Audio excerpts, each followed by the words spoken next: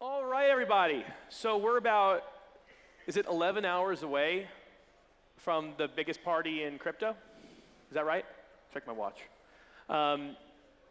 Bitcoin halving is coming up, guys. I don't know if you heard. What is the Bitcoin halving, Greg? It's the World Cup of Bitcoin, David. Okay.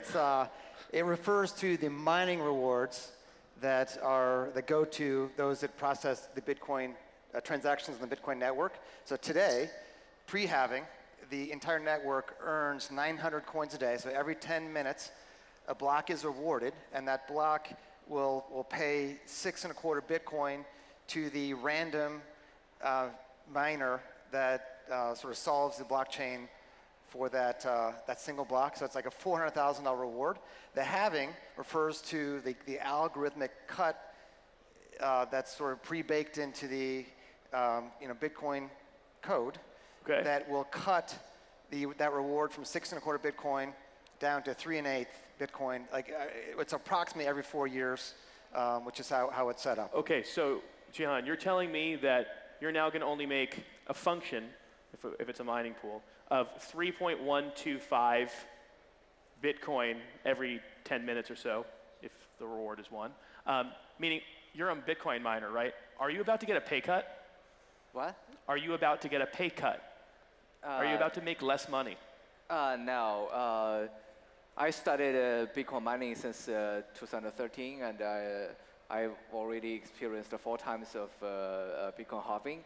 Every round of Bitcoin halving, the company previously I co-founded Bitmain, the revenue and the profit goes up significantly more than next round. And to be very clear, your Bitmain was the largest supplier of ASIC chips, for example, so tightly related to the Bitcoin mining space. Yes, so because after every round of Bitcoin halving, the Bitcoin price surges up, and the whole industry gets much bigger than before. So every business in this industry gets much bigger than before. I mean, we've seen some of the numbers. The first Bitcoin halving, it was something like $12 per Bitcoin. The next time it was about 600 some odd dollars per Bitcoin. Then it was $8,600 per Bitcoin, and today it's about 65,000 as I speak. Muneeb, is it going to be the same way? I mean, look, at the end of the day, cycles almost always end, don't they? Yeah, I think my view is that it's not like history always repeats itself, but it sort of rhymes, right? So I think you can look at the past historical data, and then it captures the people's behavior in a way, right? So it's on-chain data capture of how the markets and people reacted to Bitcoin halving, and I think human behavior doesn't change that much, right? So you can project that a little bit forward. So this could just be basically a marketing ploy, right? That is, say the halving may or may not be what's really significant here. It's what happens in between the halvings that really matters. Would you say that's the case, Bill? Yeah, I've never felt that the halving itself is what's driving the price. I mean, it's supply and demand. And the supply is basically being mostly locked up by long-term holders now. The demand is increasing significantly. We all know the narrative around the ETFs in the US. That has brought in mostly retail going into 401ks, IRAs. It has not yet brought in hedge funds and large institutions that would use the securitized version of Bitcoin to increase their holdings. That's coming soon. So let's talk a lot more about that. I just wanted to make sure that the thesis was correct, that the Bitcoin halving itself wasn't necessarily the accelerant or catalyst. No, I think it's a question of liquidity and network effects, right? Right. So when you have a deflationary asset, right, like Bitcoin, and you have a depreciating asset in the dollar, right? You have infinitely increasing supply, and you have decreasing availability of Bitcoin, right? And increasing demand via things like ETFs and the narrative around the fourth turning, which is really starting to take hold, not just in our maxi communities, but in the real world, right? It's a recipe for continued growth. I mean, everybody focuses on the price, and that's fine. It's fair, and it does drive the economy of crypto, the Bitcoin price. Yeah. And so we should talk about it, but ultimately, I think we're about to see an explosion in use cases for crypto, Bitcoin especially, right? DeFi on Bitcoin, stable coins, and a whole bunch of other things that Stacks and others are working on, that I think is the really important part of the narrative for what's happening right now in Bitcoin and crypto land. I want to dive deep into that, but for the moment, I just want to talk a few more numbers. So something like 19.7 million Bitcoin have thus far been created. I think it's just under that at the moment. And of course, everyone here knows, there's only going to be 21 million Bitcoin ever, at least probably. Jihan, let me ask you something. Of the 19.7 million Bitcoin in circulation, how much do you think is actually in circulation? Or better yet, do you think people have lost Bitcoin in the past? Is it hiding somewhere? Yeah, it's very obvious that Satoshi already lost his Bitcoin already, right? So, and lots of other people frequently reporting on the internet, we see that. They lost their key and or maybe their house got burned and the key lost. And I think such kind of things happens a lot, especially Bitcoin was the very first cryptocurrency invented in the world. And at the early days, people don't give a shit about it, so they just carelessly. Well, yeah, that wallet was a terrible software when you think about it, right? Yeah. But after Bitcoin, people knows about the experience. So for lots of other coins, it's less unlikely that lots of people lost their coins. Okay, so I think the the breakage is supply, probably 20%, by the way. Yeah. It might be 20%. Which is, that's 4 million, right? And so this is a non-trivial point about, the future of what the supply is and the actual math that goes underneath the dynamic of what drives Bitcoin. And the math matters, wouldn't you say, Greg? Yeah. It matters, which I think you can't really overstate the meaning of the ETFs being added to the marketplace. And we're talking about U.S. spot ETFs, to be very clear, correct? Just U.S. spot ETFs. So if you took BlackRock by themselves, so in the past 3 months, they've gone from 0 to 17 billion. If in the next month, they add only another billion, that's 530 coins a day of additional demand at the current Bitcoin price. And as we talked about, with the halving, we're only producing another 450 coins per day. So BlackRock alone can by themselves swamp this market. So I think my thought for Bitcoin, and really with those that are running the ETFs, my belief is that they're being very measured with how much marketing they're doing in their own networks and in their own systems. Because BlackRock, which is the world's largest asset manager at 10 trillion, with retirement savings in the US alone at 20 trillion, they could create a bubble in Bitcoin price if they really explode the amount of capital that is allowed to go into the ETF. So I think they really need to be careful with how far they open the spigot. Okay, so Muneeb, I know that being a certified financial advisor is not your day job, let's put it that way. But at the same time, what does he mean by they haven't been making use of their distribution channels yet? Yeah, because overall, there's about 77 billion US dollars of Bitcoin currently locked in these Bitcoin ETFs, these spot Bitcoin ETFs for American issuers. I think the best way to think of this is that most of the ETFs, internally, they have different levels, right? So let's say they're operating at level 1, which is inbound. People who are already interested in Bitcoin, they're calling BlackRock and saying, hey, I want to build a position. Can you do that for me now? And they can. The next level is when they start using their distribution channels, which is outbound. Like they are actually calling, like it's the reverse of it. And that's the bigger channel, right? And they're not doing that right now as far as from what I've heard from some colleagues. And the next level is actually automatic allocation, which is what most passive investors do, that their manager just does auto allocation from like one thing to the other. If Bitcoin becomes like a permanent part, like at whatever percent, that's a lot of capital that would be flowing through these ETFs. So the way I think about the ETFs, another thing that people like don't fully appreciate is ETFs are kind of like the API to the rest of Wall Street. So now Bitcoin is plugged into the rest of Wall Street, and there will be other types of financial products that will be made, and they will keep coming out, because this is what Wall Street does, right? Like they see demand for something, they're going to not just have these pure vanilla ETFs, they're going to come up with new, more complicated, more interesting products that are built around the basic sort of like structure of the ETF, and start selling those to their customers as well. So the theory is, anyway, that there should be even more Wall Street inflows from US capital alone, from US retirement funds, et cetera, that could be funding driving the demand side for Bitcoin. Meanwhile, the supply side we've already covered is pretty well fixed. And if anything, is smaller than the number would otherwise dictate. Is that correct, Bill? Yeah, I mean, we are a registered investment advisor at Abra, There we so go. we're a fiduciary on behalf of our clients. I think the ETFs are a fantastic marketing vehicle. I think it's, like I said earlier, largely retail-driven. You know, BlackRock basically creating ETFs on behalf of retail. The institutions are coming. But I actually think it opens the floodgates for registered investment advisors and the equivalent of the RAs in the US all over the world, especially in Southeast Asia and Europe, because those clients traditionally, they're not just buying ETFs. So they're not buying ETFs of gold, they're actually buying gold. And so what's going to happen is these separately managed accounts, which are managing way more than what BlackRock is managing, it's probably in the aggregate $30 trillion globally, you're going to see these separately managed accounts start to hold Bitcoin and Ethereum and some other coins en masse, because the RIAs trusted what BlackRock is doing now for their own clients. And they're not going to want to hold an ETF, especially the wealthy. They're going to want to hold something that trades 144 hours, right? Unlike the ETF, which trades 35 hours a week.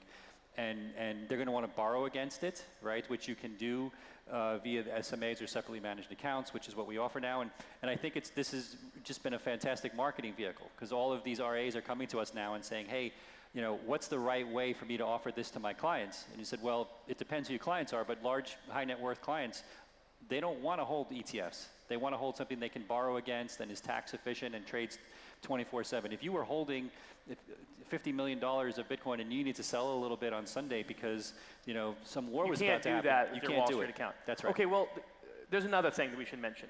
We've been talking a heck of a lot about the US, but I'm pretty sure we're here in Dubai right now, and the United States is only about 3% of the global population, even if it's a slightly larger percentage of global GDP.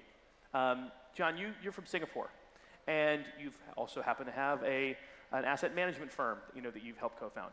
Do you see demand for Bitcoin increasing in countries beyond the United States? Yeah, of course. I think the increasing for Bitcoin outside of the US will be much faster than inside the US, because Bitcoin is kind of gold-like asset that people want to hold it as a kind of hedge of the ultimate political or geopolitical risk. And such kind of insecure sense of insecurity, I think, is much, much stronger for the people living outside of the US than inside of the US. As an asset for them to secure their wealth, to store it somehow. Yes, for example, what if the local currency collapsed? What if the local government doesn't allow them to take money outside of the country anymore? Capital controls. Yeah, and if they hold gold is not very easy to carry on the plane and get away, especially in wartime, and everything like gold will be freezed. What if you want to send your wife and kids to London to have a safe life, and you have to leave inside the country to fight? Gold cannot be carried away, but Bitcoin can. So such kind of a situation, such kind of a worries is more obvious for people that are living outside of the US. So yeah, so it's even more reason for people to own Bitcoin. Yes. Well, let's talk about things beyond Bitcoin as digital gold. That's pretty much what we've been talking about here for the most part. It seems pretty interesting. What about Bitcoin as digital oil? That is, say, fuel to be used. Now, there was a point in time, I want to go back in history, where there was this project called Rootstock that was trying to go and build smart contracts on Bitcoin or adjacent to it. Then there was another project called Stacks. I don't know if you've heard of it, Muneeb. It was trying to do this as well and kind of a lot more whiz-bang. But now it seems like everyone wants to be a Bitcoin layer 2. Am I crazy, or are there like 50 of these things right now? No, I honestly think that this is a very, very large market, and we're at a very early stage of it. Because if you look at Ethereum, I think depends on when you measure, how you measure it, but something like 35% of the capital, ETH capital, is actively deployed. Like either earning, you know, the base yield from the protocol or deployed in smart contracts. Basically, it's productive capital. So it's not like, for example, Ether sitting in an ETF doing nothing. It's making money or doing something like that. It's like a productive capital. It's actually deployed. If you look at Bitcoin, which is the best form of money, like it's the most pristine capital that we have, less than 1% of that is deployed and doing anything. Yeah. And that even if 10% of that gets deployed, that's hundreds of billions of dollars that's just sitting there, which developers can actually program against. So it's a massive, massive opportunity. And I think we have just been sort of like, we never had the right infrastructure and the tools. and the industry sort of like found it easier to go and start other networks. Like I know the Solana guys, Raj was here, or Avalanche is here. Sometimes it's easier to start new networks than to try and build around Bitcoin. So that was the hard thing that people at Stacks and some other project that kept doing. And now I think the technology and the infrastructure is ripe enough that it's relatively easy for people to come and build these L2s. And I think that's like massively happening. So the L2s are going to exist, apparently. Are you telling me that there's going to be applications running on Bitcoin, like Bitcoin DeFi is going to be a real thing? Yeah. What's it going to be like? And the reason I'm asking is I want to understand what that means for market dynamics later on, and we've got the experts here to talk about that. Yeah. So think of it this way, that even if you look at Ethereum, when the gas fees go up on ETH-L1, most of the traffic is moving to ETH-L2s. Even if you go to Ethereum conference, right? Like most people are just talking about L2s. There's Arbitrum, Optimism, Base, like all these Very hard things. to run a DEX on Ethereum mainnet. Because the gas fees go up. Like it's just a user demand thing. Like you can't have millions of users using ETH-L1 because the gas prices are going to spike, and then they have to go to L2. The same thing is happening on Bitcoin because of projects like Ordinals and other BRC20s. The gas fees did a 500x increase last year.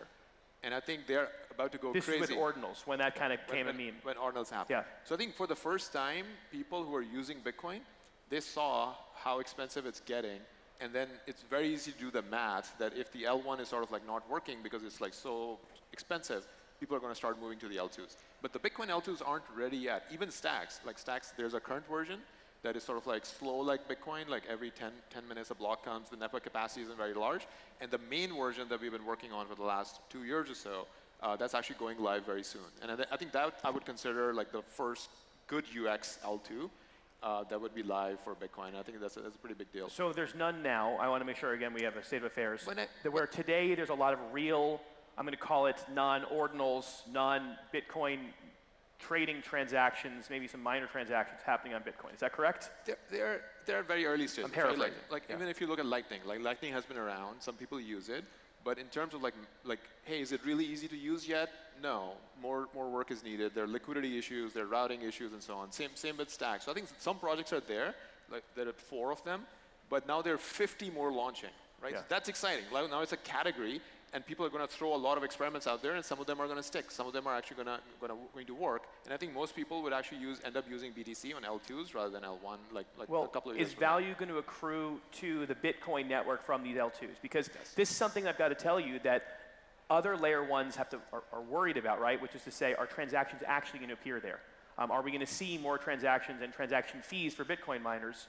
What do you think, Greg? Do you think the L2s are good for Bitcoin? We've seen the transaction fees starting this May. There was a step change in the fees that miners are actually recovering from network utilization, and that was largely related to the ordinals. And I would be surprised if that reversed course. So I think fees and transactions on the network, it seems to be that we're still early days, and that step change happened really this year. And so, in 2023, right, with the ordinals coming out? 2023. And so, Jihan, I want to ask you as well. Do you think ordinals are going to stick around? Because we did see an enormous rush at the time, but we also saw that a lot of Ethereum-based NFTs didn't last. Do you believe in ordinals? And the only reason I ask is I want to understand if it's going to have a permanent impact on Bitcoin. Yeah, I think the ordinals will be there because ordinals can be, it's not only about kind of fungible tokens or JPG pictures, NFTs. It's also going to be programmable, can be kind of a foundation for the security of some other layer 2s. And people also think highly possible that some new opcode like OPCAT will be enable more programmability for the Bitcoin layer 1 to enable the Bitcoin layer 2.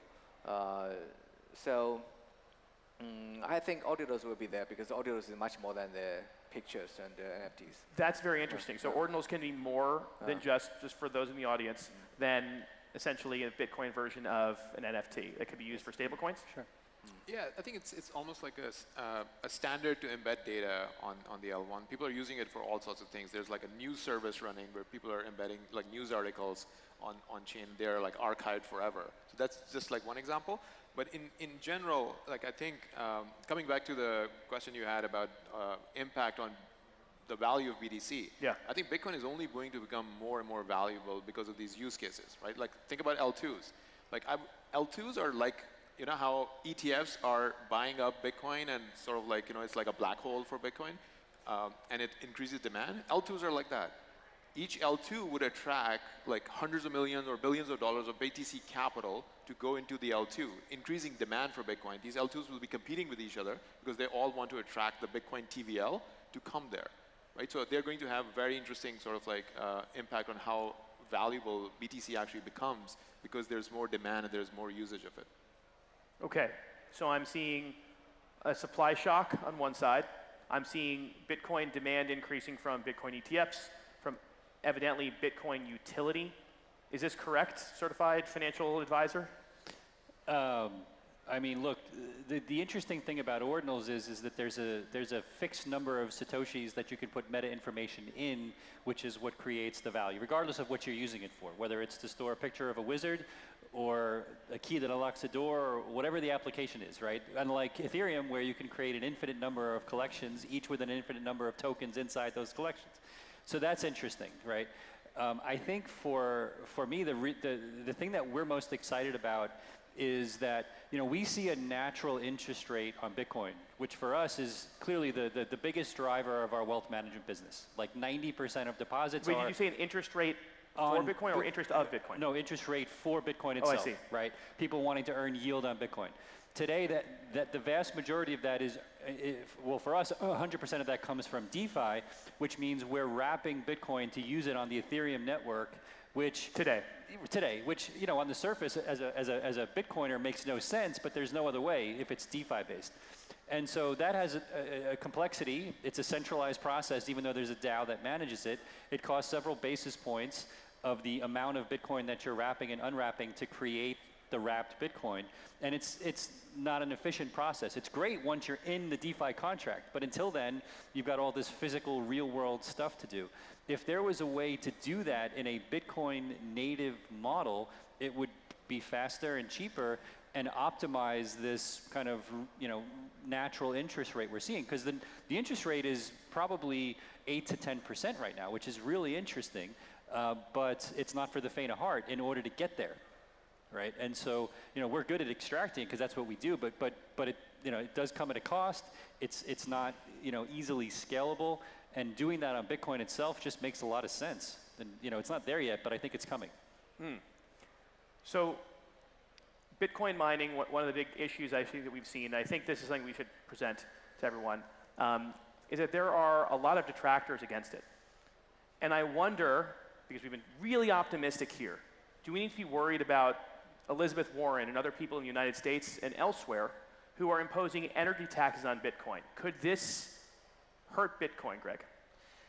Yeah. So hey, the biggest miners in the U.S. all got letters from Elizabeth Warren, you know, sort of asking, hey, how much do you pollute? It's pretty, you know, pretty nasty sorts of questions, obviously with the intent to either regulate or tax miners, which I think is sort of missing the point.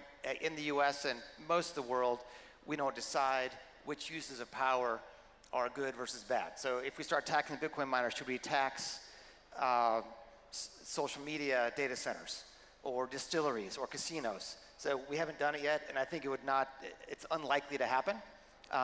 But Bitcoin miners are big consumers of power, so we're easy to target, which I think we could do an entire panel on sort of the coming crisis to the US power grid, which has not had demand for about 15 years.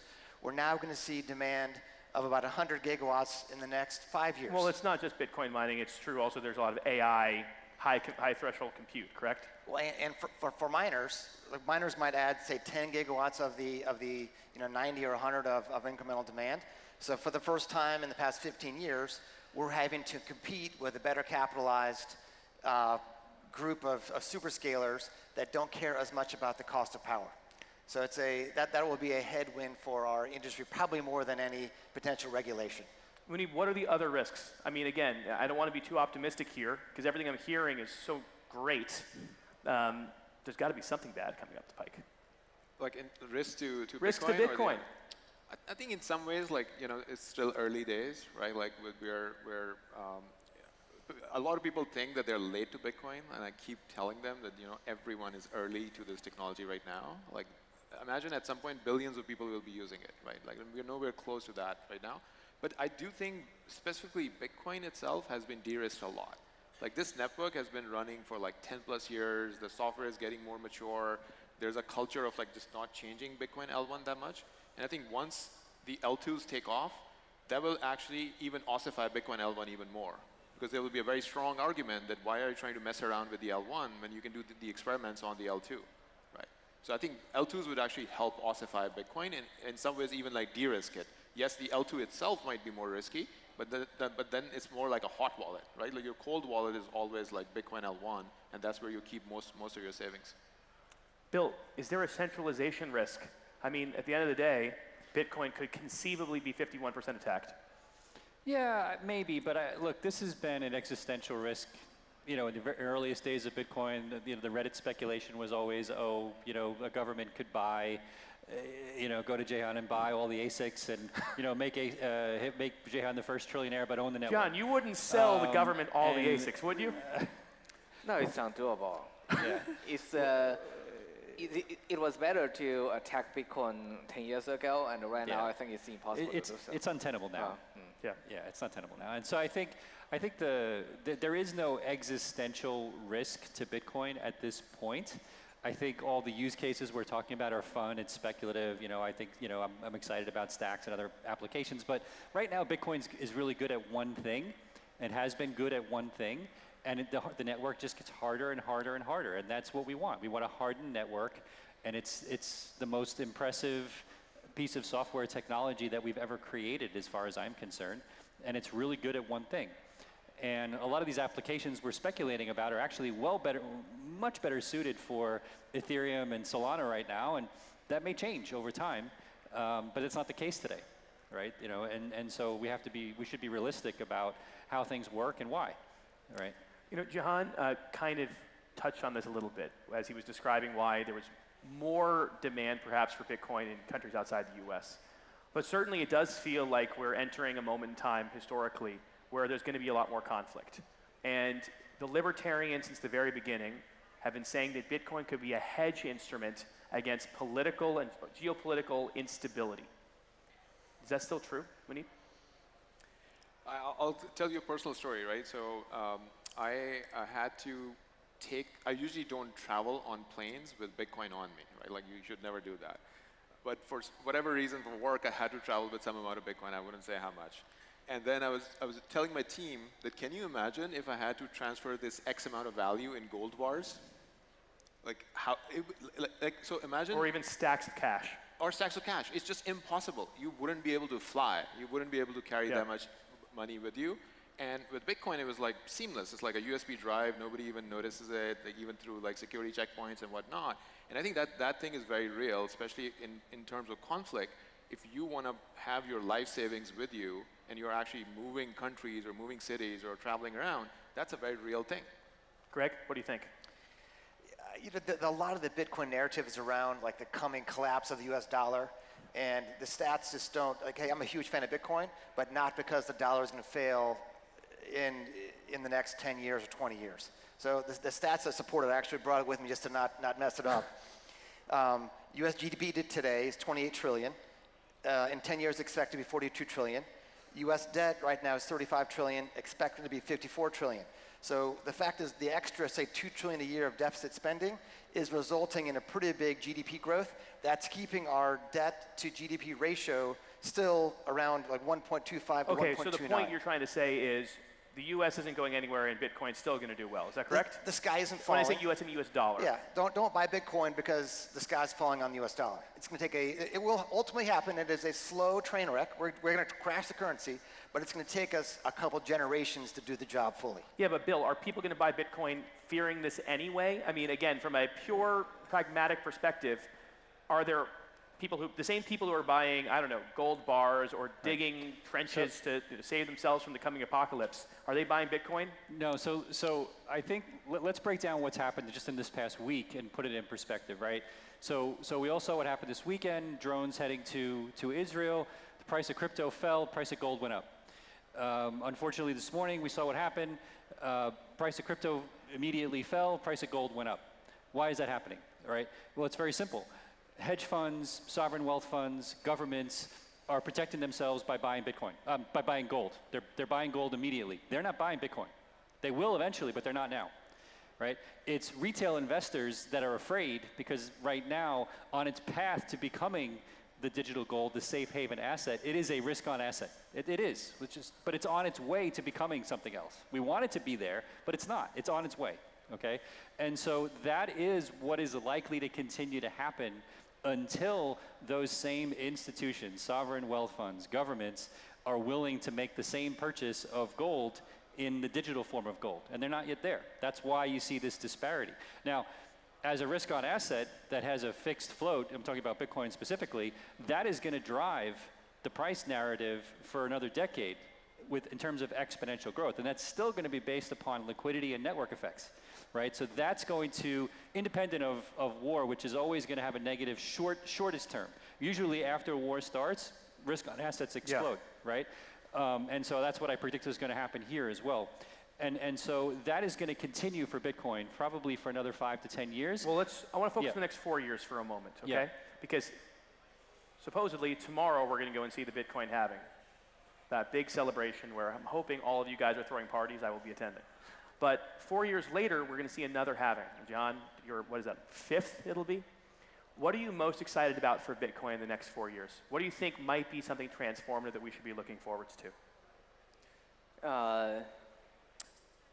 I think it's about the social consensus around Bitcoin as better gold, because right now we still can see, as Bill said, the institutions still haven't realized that the Bitcoin actually is much better gold than the physical gold.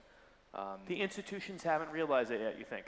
Yeah, because I think 4 years from now, people will know that for private sector, Bitcoin is much better, and only for those central banks and the governments that they couldn't or they haven't, they don't have the need to run away from their own countries.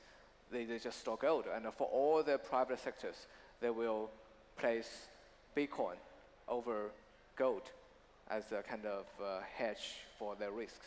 Muneeb, what do you think? Next 4 years, what are you most excited about? I think one metric that I would be very excited about is when the Bitcoin transaction fees or gas fees, they become more than the Coinbase rewards. So the next halving, the miners would actually be making more money on network usage and not on just the block rewards, because the block rewards are going to continue to go down. That would mean that the network is now self-sustainable. Like so it's not reliant at that point upon it's not reliant on Bitcoin block rewards to secure the network, and it's still sustainable. Greg, are you guys modeling that in are you thinking about that?